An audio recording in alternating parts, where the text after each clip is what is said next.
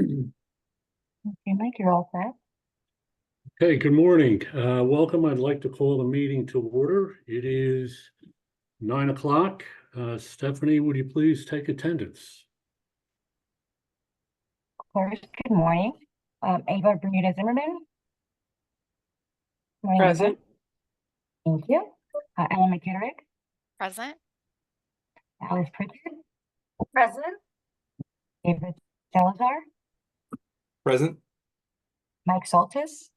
Present. And Holly Williams. Present. Thank you. We have a quorum. Okay, thank you, Stephanie. I would like to welcome and thank members of the public for joining us today. First item on the agenda is to review and approve the minutes of the June 4th, 2024 meeting. I'd like to ask the committee for a review of those minutes and a motion to approve. Happy to make the motion to approve. I'll second. Any discussion? All in favor? Aye. Aye. Opposed? Abstentions? Holly Williams. I wasn't present. Okay, thank you, Holly. The motion carries. Thank you. The next item is a discussion regarding the consolidated policy changes. Michael, would you please lead that discussion? Absolutely. Thank you, Mike. And good morning, everybody. First, I want to apologize for two things. One, I only sent the updated consolidated policies 2 days ago, which is not a lot of time for you to review, particularly for a 40-page document. I apologize for not getting it to you sooner. Second, there's a short agenda for the meeting today. I'm going to talk a lot. I'm going to try and go fast because there's a lot of items, but I'm sorry if it ends up holding you guys back longer than you wanted to or planning on for today. So I'm not going to go through every item every change that was made to the consolidated policies, but I would like to talk about all the substantive purposes, the purposes for the substantive changes. So I'm going to walk through those if that's okay. So let me share my screen. Can folks see the PowerPoint presentation? Yes, we can, Yes. Michael. All right, thank you.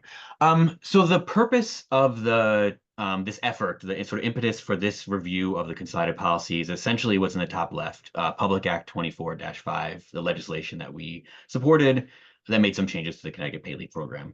But along with that review, we also wanted to incorporate anything else we felt was necessary to change in the consolidated policies. Some things we have just been collecting over time, or some things that we discovered during the review process probably should be updated. I put them in these categories. We didn't sort of do the review based on these categories. It allowed my brain to sort of bucket them in certain ways that makes it easier to understand rather than just having one giant list. So this is sort of the way to categorize most of the changes that I'll walk through. First, I'm going to start with the legislative changes. Pretty straightforward. For example, we previously had a test about whether an entity is a municipality or not. It was sort of a 4 or 5 part test. That made the determination. Now that the legislation, our statute now will have specifically what the definition of municipality is, we could get rid of that test. We also acknowledging the opportunity for tribal employers to participate according to the terms of the MOU. We made changes that specified that the receipt of government benefits during a leave and the potential restriction on those benefits applies only to income replacement benefits under the program. That's basically the intent statutory change, including even allowing that under certain circumstances when it's income replacement benefits from the Office of Victim Services. Similarly, expanding the references to family violence to also include sexual assault, since that's a statutory change as well, and updating the name of the form that we use for those claims from family violence statement to safe leave statement. And then lastly, reference to the ability to charge interest for failure to comply with overpayment recovery plan. Once again, that's a new option available in the statute, so we wanted to include that in the policies. This last item is not really specific to the statutory change, but it does talk about overpayment, so I just put it here. Our current policy talks about a delay before we can correct an overpayment. We have 14 days to sort of work out, to provide notice, and then before we take action on overpayment. That's really not workable, particularly for non-controversial overpayments, which is most of them, where basically the dates of the leave were changed, but the underlying amount isn't impacted. So if we approved a claim, in advance, For pregnancy or bonding, it would be based on the delivery date, the expected delivery date. But we all know that children are not necessarily born on the due date. So when they call in, after we make a payment, they call in and say, oh, my baby wasn't born until the week after. Technically, that's an overpayment, but there's no reason to wait 14 days before we take action on that. We just can say, we've already paid you for the first week, so we'll not pay you for that week again. Things like that. That's sort of the purpose behind that change. And then the last thing I have on the bottom, this is breaking news, I called it. Literally 24 hours ago, we realized we still need one rule regarding municipalities, and that's public libraries. Public libraries are sort of a unique entity that are obviously affiliated with their towns, but the level of affiliation is a bit distinct. We had previously used that test that applied to all municipalities for libraries. I think we still need a test for them because they're sort of, oftentimes they're a department of the town or city themselves, but oftentimes they're separate. Fortunately, they already have a distinction that the public libraries already apply between municipal libraries and association libraries, whereas municipal libraries are part of the municipality they serve, essentially like a department. And then association libraries are separate entities, typically set up as a 501c3 nonprofit. They have a lot of overlap in sort of administrative functions. Maybe this town handles their payroll or other sort of administrative tasks, and they may get a lot of funding from the town, but they're still a separate entity. So we thought we'd just follow that and keep that test in place for public libraries as to whether they are part of the municipality in which they serve. So I owe you language on that. It was recently drafted, but that wasn't included in the language I had given you.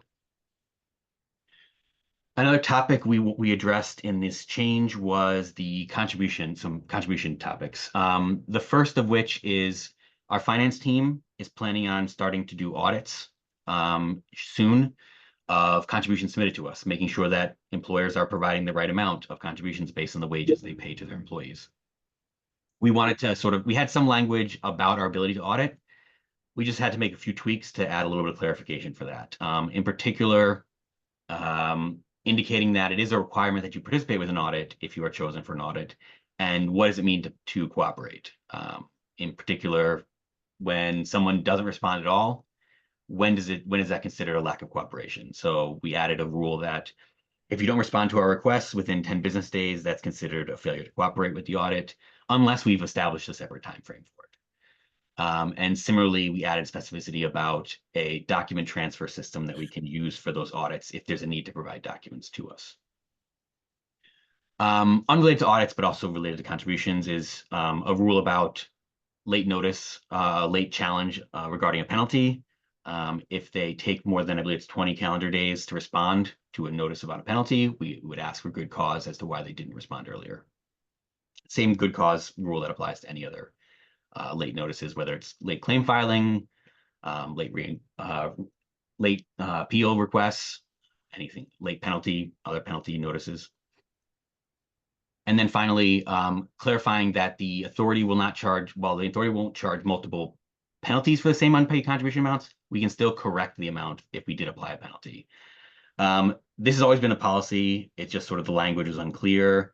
So for example, if we didn't receive any contributions at all and we assessed the penalty for them and they told us, oh, we owed $50 in contributions and we adjusted that penalty in accordance with that $50. And then later on, we found out, oh, you actually owed $500, not $50. It's not like we got that one chance to charge a penalty and we can't charge a penalty afterwards. We won't double charge you for the same amount, but we can correct the amount we were charging you. So that's it for the contributions. We had a few changes related to municipalities and boards of education that start out exempt, but choose to collectively bargain in to the program.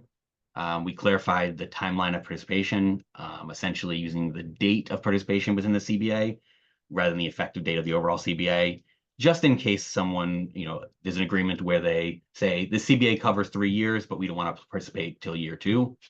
Sort of the language clarifies that that's how it works. And then also indicating that the authority may need documents as part of the registration process, specifically a copy of that collective bargain agreement and potentially specific information about the covered population. This is particularly important because some entities can be partial participate. If they have multiple employers, multiple unions under the same entity. One union can participate and the other one might not. And we'll need information about that population in order to determine who's eligible for benefits, because that's not information that we would currently have access to. So just basically, the ability to request additional documentation for these specific groups. I think I'm about halfway done. The next section is about claims. In particular, think items related to the employee's work schedule and or employer provided benefits. The first one has already been our policy, but I don't think we ever were explicit about it. If an employee is no longer employed, but still eligible for benefits within that 12-week period, we will use a schedule that's in place as of their last date of employment. Under the theory that, that's the job they had prior to the lack of employment, they're likely looking for a job with similar schedule, and therefore the leave is impacting them in the same way as it would have prior to that termination of employment. We also wanted to allow the use of an alternative reasonable schedule if the documentation about their current work schedule is unclear. We already have a rule about using a Monday to Friday 40-hour work schedule in that circumstance, but we thought we should add flexibility if we know there's something else about that job that a different alternative work schedule would be more appropriate for that person. It should be rare. We do know sometimes there are jobs that aren't a Monday to Friday job, and if we know that in advance, we can potentially use it.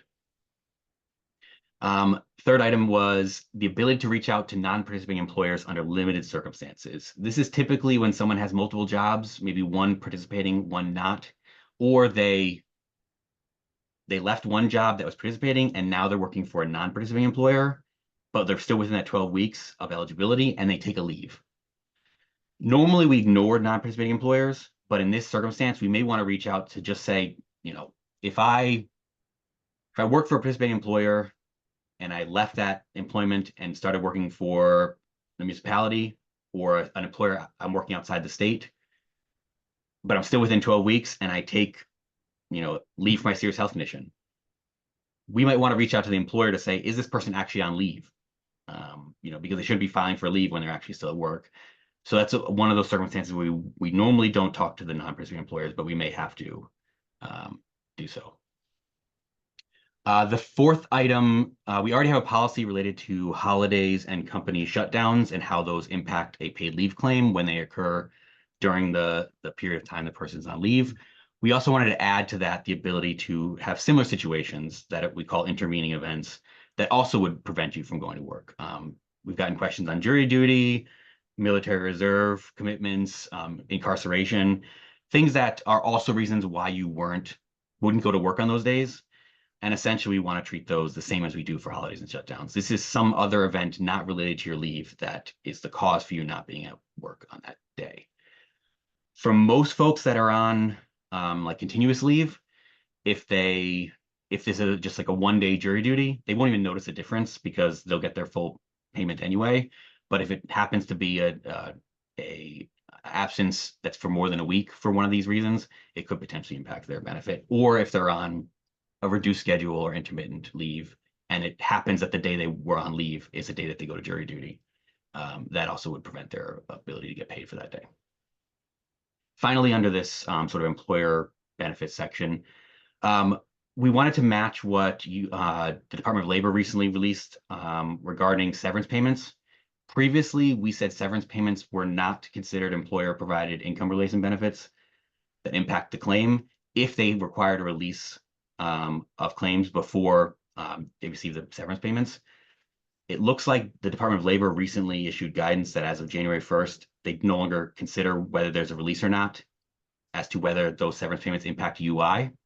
So we thought it made sense to mirror that for us. So essentially, if you're getting severance payments during a period of time that you're on leave from us, or sorry, getting paid leave benefits from us, that does impact your paid leave claim, we will treat those as employer provided benefits, regardless of the nature of those severance payments.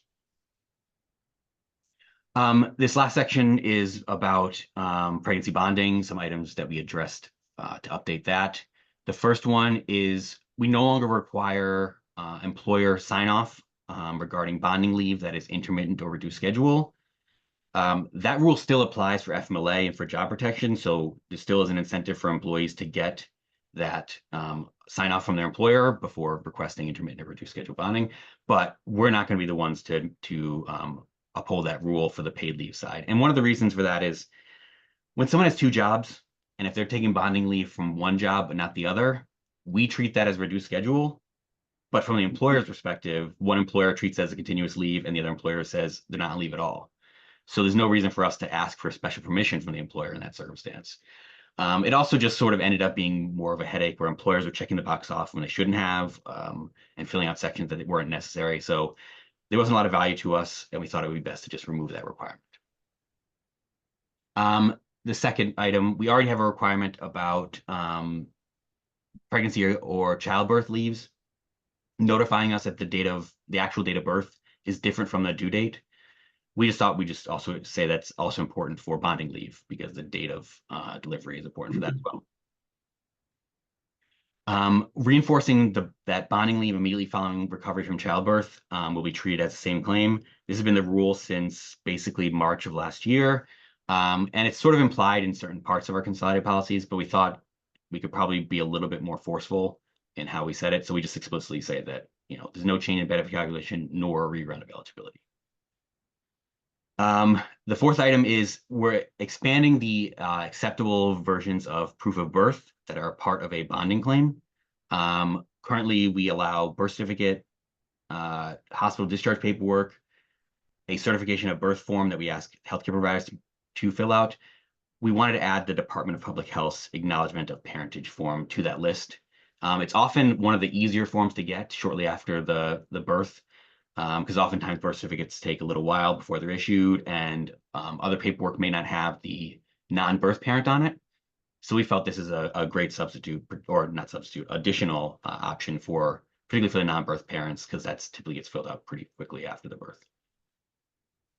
And then finally, sort of related, we have the certification of birth form, which is a form that healthcare providers complete, certifying the parents of the child. We want to change the name to documentation of parental relationship, mostly because it's confusing to have a certification of birth form and a birth certificate as separate things. People get confused about which is which. So in order to avoid that confusion, we thought it'd be best to change the name to documentation of parental relationship. Last slide, I think. This is the section of just sort of all the other changes. I think Jeopardy would be the potpourri category. So we had some general cleanup, making sure we're consistent on capitalized and defined terms, a few grammar corrections, and then we had specific citations to a separate policy and the specific subsections of that policy. But then we made changes to that policy and the citation no longer lined up. So thought it was best to just remove the specific citations and just refer to the policy generally, so we don't have this sort of disconnect between two policies if one gets updated and the other one doesn't. And the last two, removing a waiting period for new employers. We had wrote this policy and never actually enforced it to work similar to sole props and self-employed, where there's a 3-month waiting period before new employers become eligible for coverage. It was never enforced, as I said, and it's unnecessary because the employee still needs to show earnings during the base period. No reason to add a waiting period on their employment side. And then finally, when it comes to our turnaround times, we have 5 business day turnaround times for our eligibility review. We just want to make it clear that if we're still waiting for documents from the employee or their employer, that does not count towards the 5 business day turnaround time. So those are the items that I had. Before I talk about any details, I just want to talk about timing for a little bit. I know I didn't give you a lot of time to review. I was hoping to try and get this all sort of moved along and have the policies adopted by September in order to get it effective before the October 1st statutory change effective date. But we don't have to. That's not a requirement. In order to, if we move forward and had the full board post them next week for public comment, we would be able to do that and eventually get it approved in the September board meeting, officially adopted. If we want, you guys can have more time to review. I didn't give you a lot of time. If you want to take the month, review the documents, review the changes, and come back next month to talk about it and then share it with the full board in the August board meeting, that would still allow adoption that I think it's the second week of October, which is still within a normal turnaround time for this sort of policy change to still impact the changes that are based on the statute. And in fact, any statutory changes would trump our policies anyway. So it's not a huge deal if you want to wait. I want to sort of be, considerate of your time and your ability to review. And I don't want to sort of force you to move this along just because of the timing of my sharing it with you. Okay, thank you, Michael. I see Eva has her hand up. I just my comment of timeline. I would like the month to review because it was a lot of information. I'll take my hand down. Thank you. Okay. Anyone else? All right, well, look, a couple things. Number one, it sounds prudent to have another month to review, right? And there's not any meaningful downside, so why don't we do that? I just have one question. I did peruse it, and I noticed we added a section expanding the military qualifying exigency leave for a purpose other than purposes outlined in the FMLA regs. And I was just curious, why we did that and what the intention is.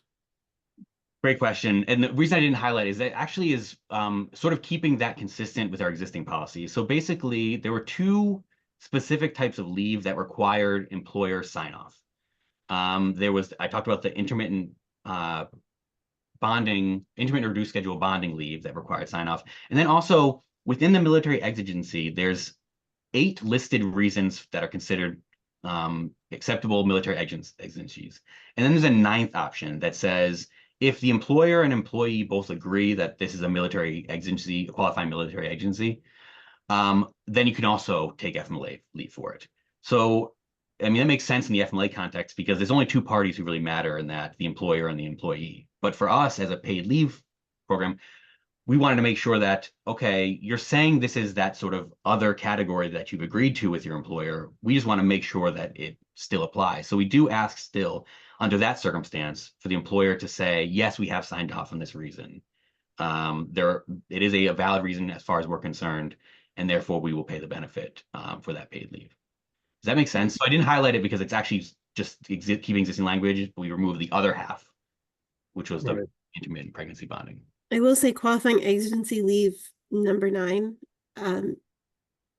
is almost never used. Like in my entire sort of life with FMLA, I think I've seen it once, and that was so that a couple who got married had to move up their marriage because the spouse was being deployed. They wanted to go on a quick little honeymoon, and the employer agreed. But the thing for FMLA is in almost every other situation, if it's not a specifically approved FMLA reason, the employer can't deduct from the leave entitlement. And so this qualifying exigency number 9 is that one exception. It would be very surprising to me if we ever get too many claims for it, but we wanted to at least recognize that it exists as a FMLA entitlement. All right. No, thank you. It just got my attention. All right. So the plan is we will discuss this again in our August meeting, right? And then after that, present it to the board and then go to posting. That's the sequence of events? Yep. Okay. Anything else on the policies? Thank you, Mike. Yes. Quick question. Are we allowed to email Michael questions, not with the expectation of him answering via email, because I don't want to create like a caucus situation, but can we just, as we review and look at it, can we just send over some questions so we don't forget, I just want to make sure I am keeping my train of thought while we review in preparation for our next meeting and conversation on this. That's okay?